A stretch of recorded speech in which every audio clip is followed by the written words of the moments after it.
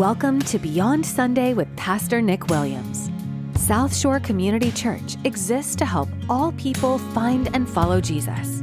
Join us weekly as we talk through current sermons, theology, parenting issues, and how to have a gospel-centered marriage. We are praying that today's message helps you grow closer to Jesus. Now, here's your host, Pastor Nick.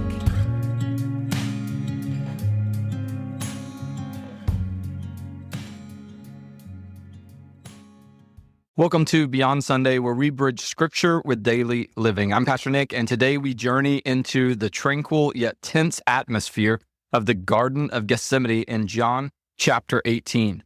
Here, under a canopy of ancient olive trees, the air thick with the scent of crushed olives, we find Jesus in a very profound moment of decision.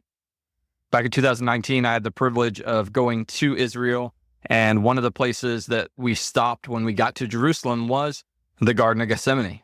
And as we walked through that garden, seeing these ancient trees and watching the view of Jerusalem in the distance, looking at the Kidron Valley in between, seeing all these moments and imagining Jesus being there, it's really breathtaking to realize that this was a place, the Garden of Gethsemane, that Jesus went multiple times to pray. This isn't a one-time moment, even though that's the story we all remember.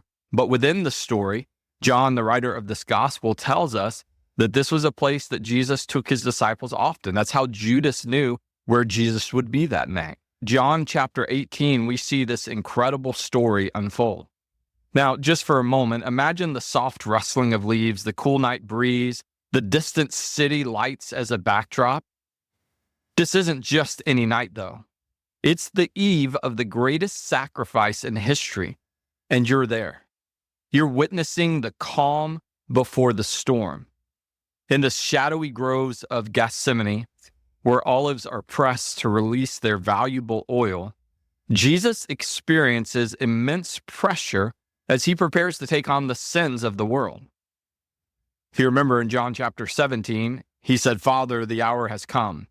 Glorify your Son, that your Son may glorify you." Then Jesus goes on to start this journey walking towards the Garden of Gethsemane. And at some point in chapter 17, he pauses and he begins to pray out loud for the disciples and what they're going to be against. He's praying for the future of the church. He's praying for you and me. He looks up to heaven and he begins to pray. And this was such an impactful moment for the disciples that they wrote this prayer down so that you and I could witness it several thousand years later. And then after that, he makes his journey to the Garden of Gethsemane. Now, personally, think of a time when you felt the weight of the world on your shoulders, your thoughts heavy like the dense air before a storm. Many of you know him. He's one of our church members, a beloved church member that has been faithful in serving. And about 23 days ago, he had a stroke that has changed his life. And it has been a sad, hard journey that the hospital, Sarasota Memorial, has not made easy. But we are walking this journey with him every day. And as I walked into his hospital room this afternoon, he was sitting there. Somebody had put an iPad in the room that he could watch Sunday sermon. And so he had Sunday sermon going. He had called one of the nurses in the room to watch the sermon with him. One of the pastors from the church and his wife were there as well. And so I walk in and there's this mini church service going on. And as I talk and I hear the message, and if you are a public speaker, you know the worst thing in the world is to have to sit and listen to yourself speak. Some of the things I talked about yesterday in this sermon were these hard reflections of what Jesus went through, but that we also go through. Jesus too felt this weight on that evening, yet his was the weight of the world's salvation. For a moment, think about that. When you and I feel overwhelmed, remember the olive press. Just as pressure releases the valuable oil from olives, your times of pressure can yield strength and virtue. Embrace these moments knowing that they are shaping you. Jesus is there in the garden, and as Judas approaches with a band of soldiers, history tells us there was probably 60 to 100 people that came, their torches flickering like fireflies in the dark. Jesus remains a figure of serene authority amidst the chaos. He says, "Who have you come for?" And they say, "Jesus of Nazareth." And his response to them is that I am he.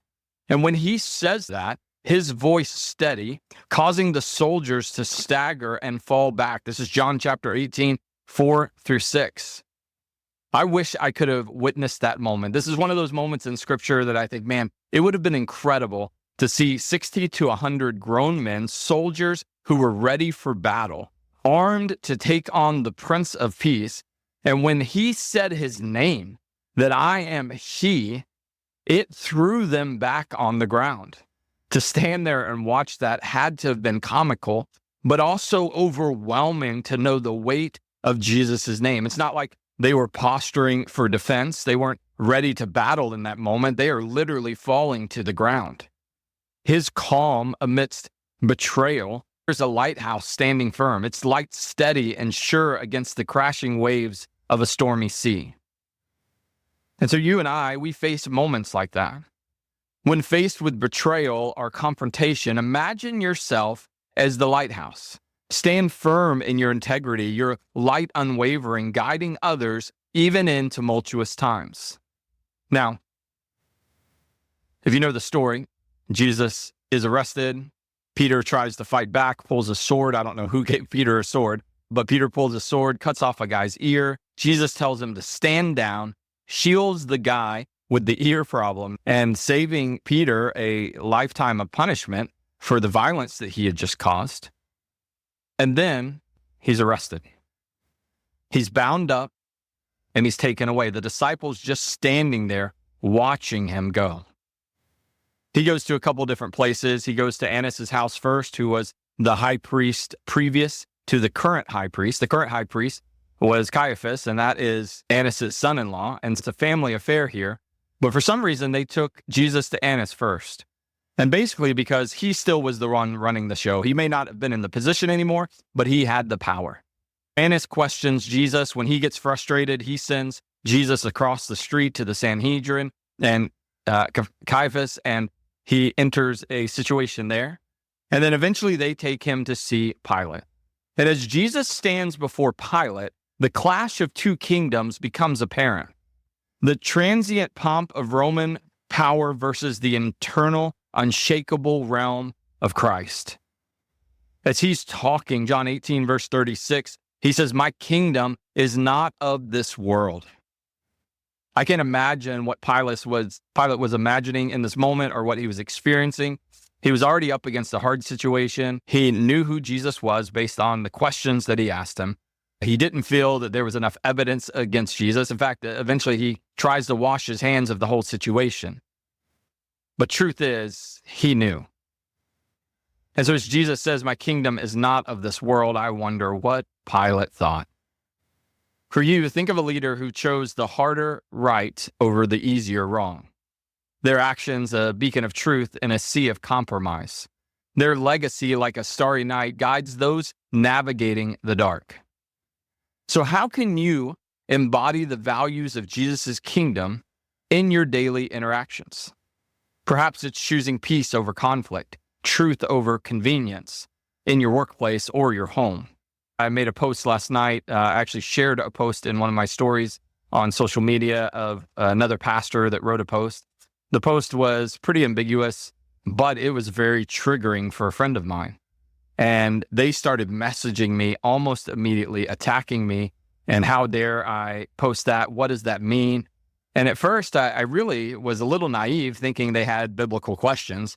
But then I realized that it triggered them. And so I asked them, "Hey, did this trigger you? This was not anywhere related to what you think it was. So how did this trigger you?" I would like to say that we got to an easy resolve, but truth is, I try not to spend much energy on people that are triggered. My life is not spent being triggered by everybody else's posts and comments. I think that is a huge waste of energy and relational and emotional energy within us. And so I just don't live in that world. And so when other people are triggered, I don't allow them to take me into their world either. For some of you that do, maybe this is a great reminder. You don't have to have the feelings that other people have. You don't have to enter their emotional roller coaster just because they're on it. It's okay to say, "Hey, I'm going to let you deal with that. I'll pray for you, but I'm out," which is essentially where I landed in this situation. I chose peace over conflict. I chose truth over convenience. Now, back to the story. Even as chaos unfolds around Jesus' focus remains on safeguarding his disciples, ensuring not even one is lost. In verse 9, he says, "I've not lost one that you have gave me." It's so interesting in this moment for me because he is challenging the soldiers. They're there to arrest Jesus and more than likely arrest those that are following Jesus. And Jesus takes command of the situation and basically says, "You can take me, but you can't have anybody else." And they listen to him. Picture a shepherd in a wild, wind-spent field, braving the elements to gather his scattered sheep. Jesus, even in his darkest hour, is that shepherd, calling us to safety. And so here's a practical tip for you. Be a guardian in your community. Look for those who are struggling or isolated and reach out. Your actions can be the shelter they need from life's storms. Now, the fifth thing I want to talk to you about is truth and sacrifice. In the cool stone-clad halls of Pilate's palace, Jesus' conversation about truth and his identity cuts through the political and philosophical rhetoric like a sword.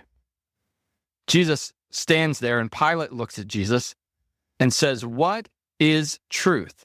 His voice echoing off the cold stone walls, filled with weariness and cynicism. Verse 38. Now for you, contrast Pilate's luxurious but hollow palace with Jesus' humble but profound presence. One represents earthly power, fleeting and fragile. The other, eternal truth, enduring and incorruptible. Reflect on your own leadership and daily interactions. Are they more like Pilate's palace, focusing on appearances, or like Jesus, rooted in truth and integrity? I want to challenge you to aim to lead people by example, prioritizing what is righteous and true. Now, today's journey through John chapter 18 has shown us the serene strength of Jesus as he navigates betrayal, confrontation, and his destiny. Each step on this path is a lesson for you and I on integrity, on protection, on the power of divine truth. Thank you for joining me today on Beyond Sunday. May this week inspire you to walk in the truth of Christ, confident and composed no matter the trials you face. Until next time, live with courage. Until next time, live with courage and love without limits. Now, very quickly, spoiler alert, don't miss next week's podcast. I've been working on something for almost 8 years now. I say that and I paused it for about 7 of those years, but I've been working on something that I want to share with you. It's coming out in January, but next week I'm going to tell you what it is and how you can help me. So do not miss next week's podcast. Thanks for listening today. Hope you have a great week.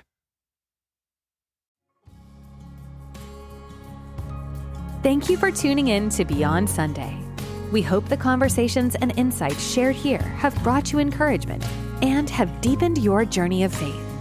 If today's episode has inspired you, we invite you to follow or subscribe to our podcast so you never miss an opportunity to grow closer to Jesus alongside us.